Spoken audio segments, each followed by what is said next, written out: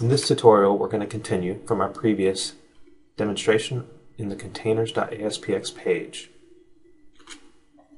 Let's go ahead and open in File and remove I am visible now and replace that with a Visual Studio Wizard control. Let's make it 500 pixels in width. We can change that in the properties setting.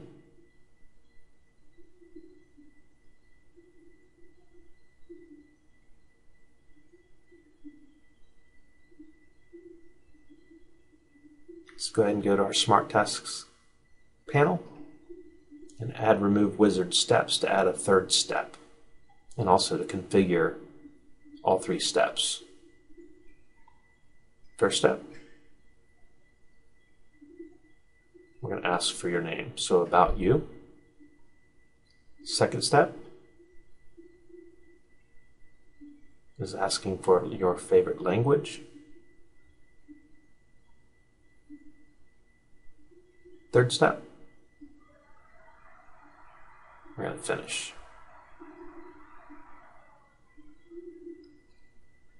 Let's go ahead and set the step types for step 2 and 3. Step 2 will be a finish step, and step 3, we're going to complete the wizard.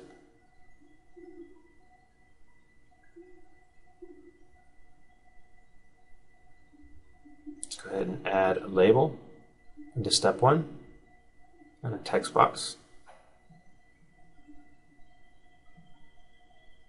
Change label to ask for your name.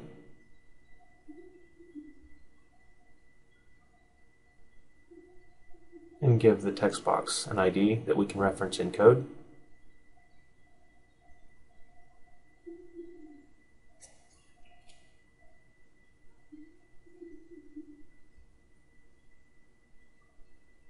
Do the second step, favorite language. Let's add a drop-down list. And from our Smart Task panel, what we're going to do, let's give it an ID first. Hang on.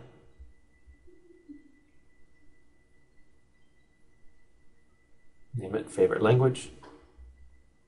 Then go to our Smart Task panel and add the items. And we're going to use the same 3 items we used in our previous tutorial list controls. So let's add 3 and call them C#, Visual Basic, and CSS.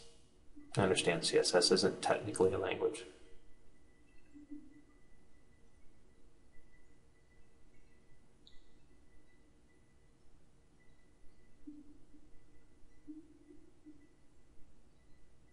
View our source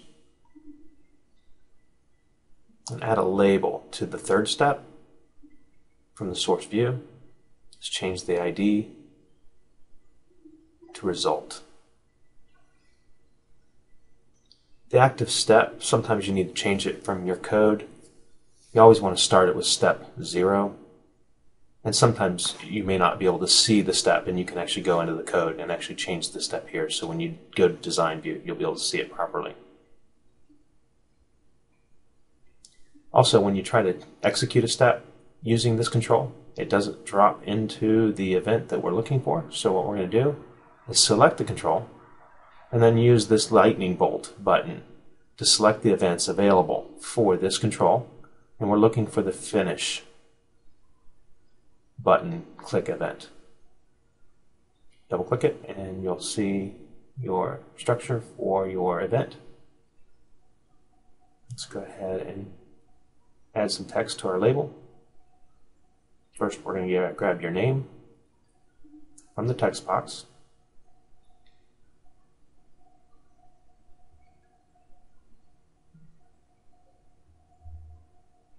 Then we're going to go ahead and grab the language that you selected from the drop-down and add it to the label with a line break HTML tag.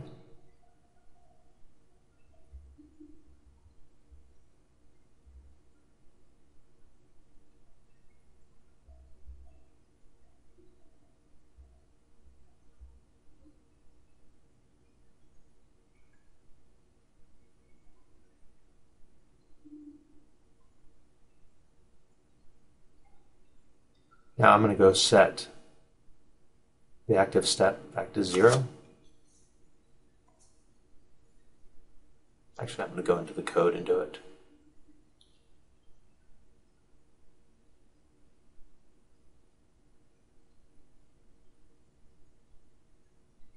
It's already set to 0, but always make sure it is before we run it. Go and save everything. Start debugging, or run. Now what this is again, server's actually creating HTML.